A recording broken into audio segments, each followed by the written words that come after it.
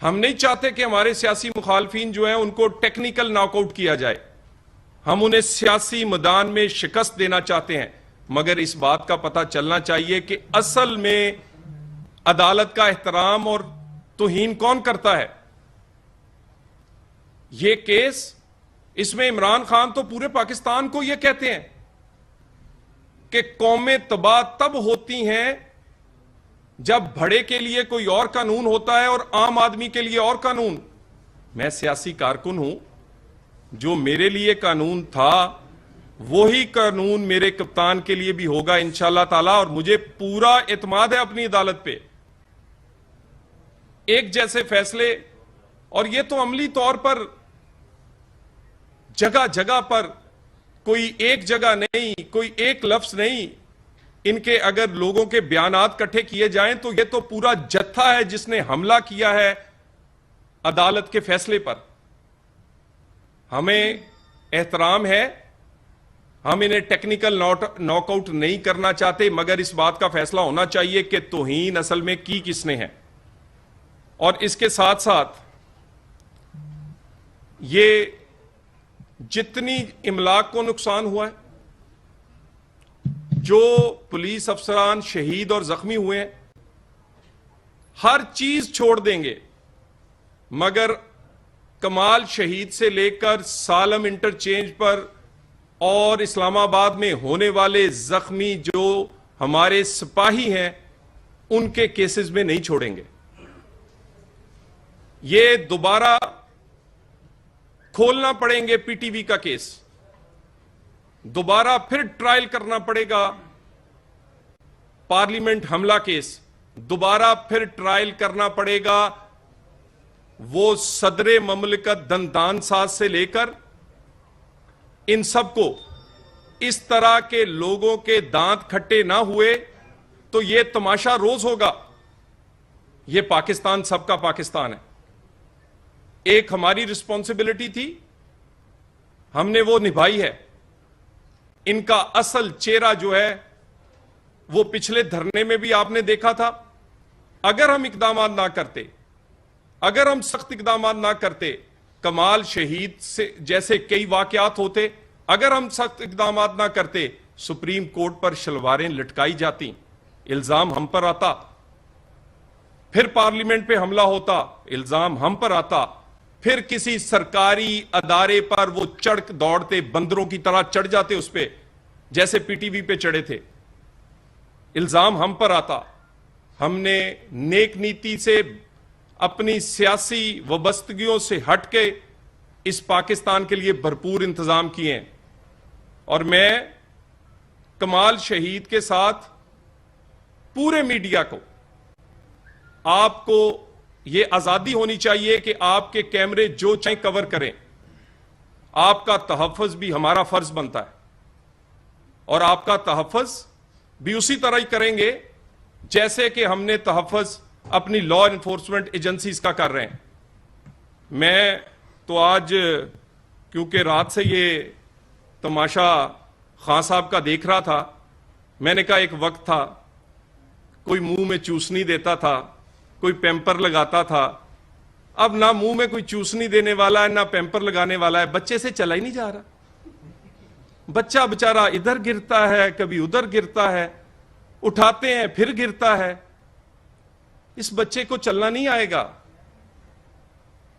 اس میں کچھ ہے ہی نہیں، دھوکہ ہی دھوکہ ہے۔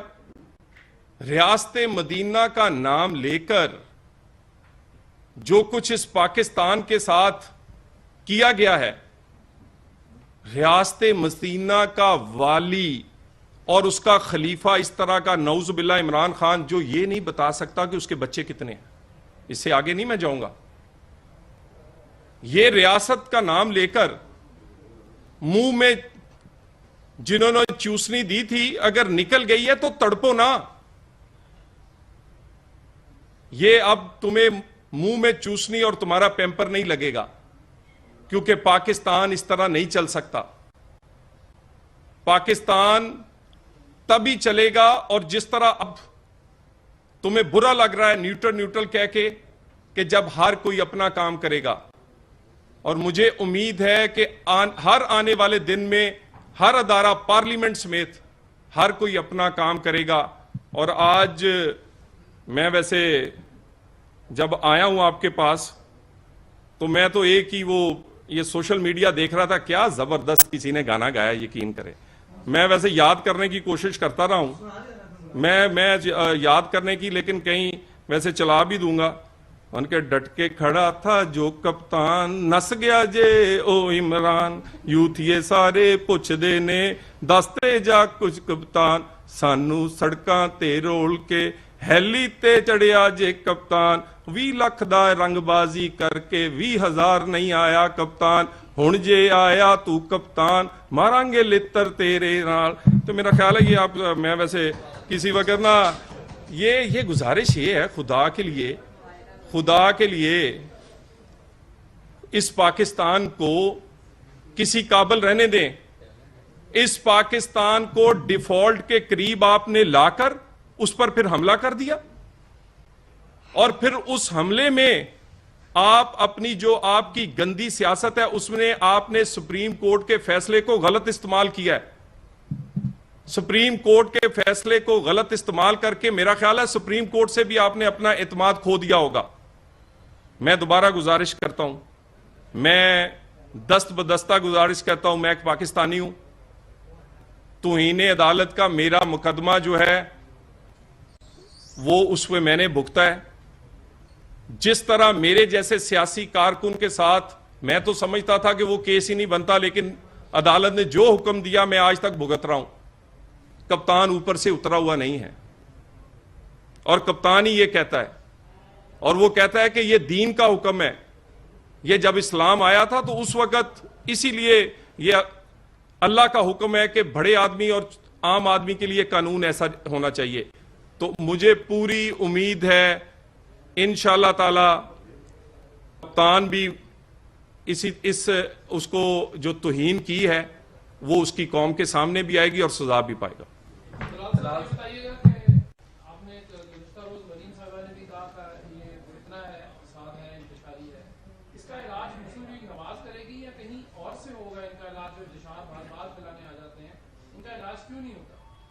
دیکھیں, علاج انشاءاللہ علاج جو ہے نا اس ملک میں کسی بھی کام کا وہ سیاسی ہے.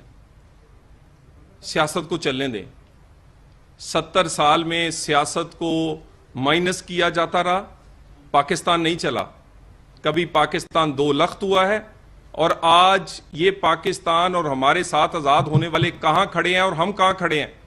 مجھے تو شرم آتی ہے جب میں بنگلہ دیش جیسا ملک کا دیکھتا ہوں کہ وہ کہاں کھڑا ہے اور ہم کہاں کھڑے ہیں. میرا خیال ہے سیاست کو چلنا چاہیے. ہر چیز کا علاج سیاست کے اندر ہے, اس میں کسی کو عمل دخل نہیں کرنا چاہیے, اس کے علاوہ اور کوئی حل نہیں. لال صاحب یہ بتائیے گا, ابھی آپ نے کہا کہ کمال شہید پولیس اہلکار ہے, اس سے لے کے اسلام آباد تک جتنے پولیس اہلکار زخمی ہوئے اور املاک کو نقصان پہنچا ان کا ازالہ کرنا پڑے گا, آپ نہیں چھوڑیں گے, کر دیں. یہ بتائیے گا آپ کس کیپیسٹی میں یہ کہہ رہے ہیں کہ آپ کے پاس کون سا آئینی اور سرکاری عہدہ ہے, آپ یہ اعلان کر رہے ہیں. دوسرا یہ کہ آج ججز کے ریمارکس پر آپ تحفظات کا اظہار کر رہے ہیں. ماضی میں پی ٹی اے تحفظات کا اظہار کرتی تھی, سب نے دیکھا کس طرح ہفتے اتوار کو عدالتیں لگی, ضمانتیں ملی, نیب کو روکا گیا ریڈ کرنے سے. آج آپ تحفظات کا اظہار کر رہے ہیں ججز پر. یہ کب تک ایسا چلتا رہے گا کہ سیاستدانوں کے مرضی کے فیصلے نہیں آئیں گے تو وہ عدالتوں پر تنقید کرتے رہیں گے؟ دیکھیے, میں کل سے عدالت نے منع کیا ہے کہ اس کے فیصلے پہ کوئی بات نہیں کرنی. میں نے کل تقریباً کوئی 4 سے 5 ٹاک شوز کیے ہیں آپ کی پریس کانفرنس کے بعد, اور اس کے بعد کئی بیپرز دیے ہیں.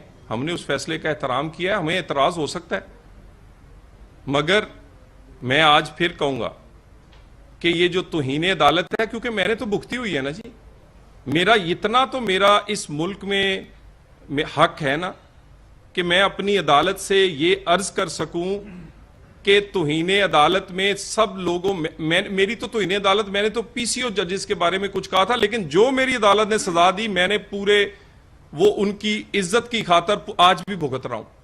مجھے امید کی جاتی ہے. خان صاحب نے پہلے بھی ایک دفعہ کی تھی, اور اس وقت بھی خان صاحب نے معافی نہیں مانگی تھی.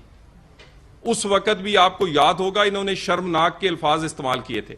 اب تو شرمناک حرکت کی ہے اور وہ کوئی ایک وہ آپ نے دیکھا ہے یعنی اسلام آباد کو آگ لگا دی گئی ہے. صرف میرا خیال ہے کہ یہ عدالت کے فیصلے کو اور عدالت کو بھی انہوں نے یہ مجبور کیا ہے کہ ان کے خلاف کارروائی ہو. گزارش یہ ہے کہ کل کی صورتحال میں ہم نے دوبارہ دیکھا کہ اسٹیبلشمنٹ جو ہے وہ ایک برج کا کردار ادا کرنے کی کوشش بنیاد جو ایک عام عمومی مسئلہ یہ ہے کہ پولیٹیکل انجینئرنگ کے لیے اسٹیبلشمنٹ اسٹل پولیٹیکل پارٹیوں کے ساتھ انٹیکٹ ہے. اگر اس طرح کی صورتحال ہو گئی تو پولیٹیکل پارٹیز کے درمیان جو ڈفرینسز ہیں جو اختلافات ہیں اس کی خلیج اور بڑھتی جائے گی. یہ آپ قریب نہیں آئیں گے ملک کے مفاد میں. تو اسٹیبلشمنٹ کو تو نکال دیکھیں میرا خیال ہے کہ اگر اسٹیبلشمنٹ کوئی رول پلے کر رہی ہوتی تو لاڈلا بیچارہ اس طرح رو نہ ہو رہا ہوتا اور لاڈلا جو ہے وہ اس طرح سڑکوں پہ رول نہ رہا ہوتا اور لاڈلا جو ہے وہ اس طرح بے یارو مددگار نہ ہوتا.